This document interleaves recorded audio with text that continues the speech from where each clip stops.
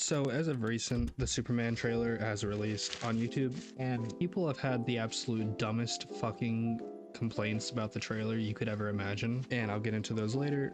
But for now, let me praise it a little bit. So, Superman 2025, directed by James Gunn and produced and distributed by DC Entertainment, is set to be a complete reboot of the Superman film series, following along with the complete reset of the DC universe following Suicide Squad, Peacemaker, and the Creature Commandos, which we will be seeing some actors and voice actors reprising their roles in this project, as well as future projects. So far, we've gotten announcements that David Corenswet will be playing Clark Kent, Superman, who, as far as I can tell, has not been in any big name production so far, which it's a very James Gunn thing to do, to take a not well-known actor and put them in such a big role like this to give them a chance to shine. And under his leadership and direction, I think it's absolutely something somebody like David Corenswet can do. So far, he has shown absolute promise in the role. He's shown that he's passionate about it. He fits the look very well. He's a really good looking dude, honestly. Embodies the character perfectly. There's a scene in the trailer where Clark is talking to Lois and she refers to him as Superman after asking him for an interview. And he is presenting as Clark Kent publicly at this moment. And he straightens his shoulders, leans over, and answers Lois in the deepest voice. And you can just very clearly see the separation between Clark and Superman in this role, which is just perfect, honestly. Clark is very much a character in tune with Batman, Bruce Wayne, and the fact that Superman is more so the man himself rather than being the alter ego. Same with Batman, who uses Bruce Wayne, and the persona of Bruce Wayne is more of a mask for Superman himself. His whole character kind of revolves around the fact that despite the fact he wasn't born on Earth himself, he has grown up on the planet and grown up around people.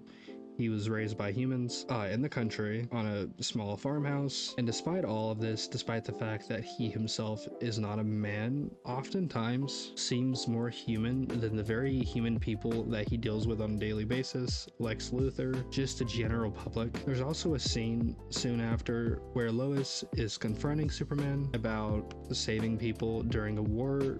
And we do see a clip where supposedly there are two different countries fighting over something. There's really no telling what. It could be pharmaceuticals, oil, it could be for no reason, honestly. And he steps in the middle of it, and it seems as though Lois, as well as a good amount of other people, have taken this as a political stand. Obviously, and I'm sure this is an indirect reference to specific real life situations, but we've seen this recently, especially on the internet, where people are saying, hey, specific people don't deserve to die, specific people don't deserve to be harmed, injured, have their life threatened. And there's a certain group of people who mainly reside on Facebook who very strongly feel like this is the most un-American take you can have, when in reality it's not something that comes down to being American. It more so comes down to being a human and seeing life as a precious thing, which this character is all for. And James Gunn, who, if you don't know, has previously written very human characters who aren't so human on the surface in projects like Suicide Squad, Creature Commandos, especially Peacemaker, as well as the Guardians of the Galaxy for Marvel Entertainment. This is something that he's very familiar with and does a very good job with. So as soon as I heard that he was behind this project,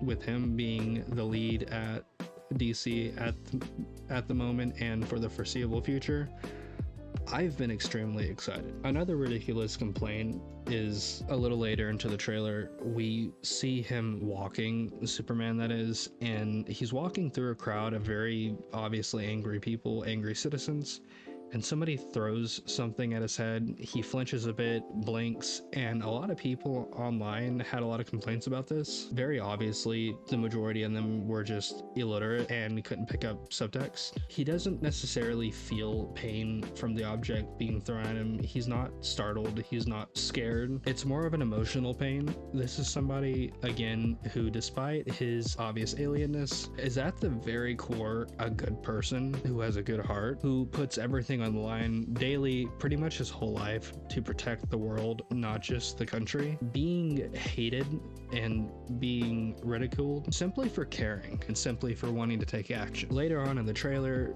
we see the Green Lantern, who is being played by Nathan Fillion, seemingly cover the windows for Clark to give him some kind of privacy, which this one scene to me personally shows how strong of a bond he's already formed with the few heroic characters we've gotten a glimpse of in the DC so far. We also see Isabella Merced as Hot Girl, and if you're curious at all to see any more of these characters, we do get a glimpse of both of them in the more recent Peacemaker Season 2 trailer, which is also on YouTube if you want to go check that out. We also get Pruitt Taylor Vince and Neva Howell playing Jonathan and Martha, who are Clark's parents, and then there's a good amount of other really good actors covering a few roles, notably Frank Grillo, who, if you don't know, is playing Rick Flag Sr. He also played Rick Flag Sr. in the Creature Commandos TV series and is set to play the same character in Peacemaker. So interestingly enough, as far as I can tell, he is the one actor who has been in all but one project for this new DC universe, which I'm stoked about. He is a fantastic actor.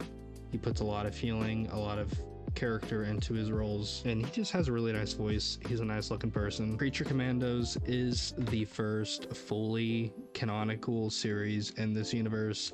If you want to get technical, it starts with the Suicide Squad. However, James Gunn has gone back and said that certain parts of Suicide Squad and Peacemaker are not canon. For example, that last little bit of Peacemaker where some of the Justice League show up at the end of the conflict, that is not canon. Everything else, as far as we know, is golden. We also get a pretty good look at Crypto. If you grew up in the early 2000s and watched Cartoon Network, you were sure to have seen this character in an animated series here and there.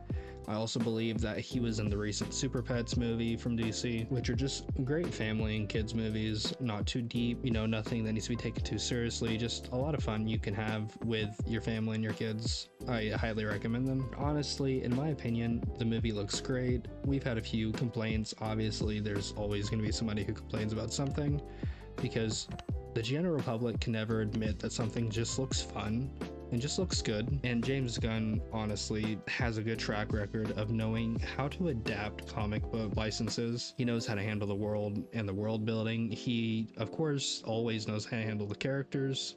The camera work looks fantastic, the effects look fantastic, and the movie isn't even out yet. I don't see anything that could be pointing toward this movie being a flop, or the movie being low quality in any kind of aspect. And if it were earlier into the last couple of years, I would be worried.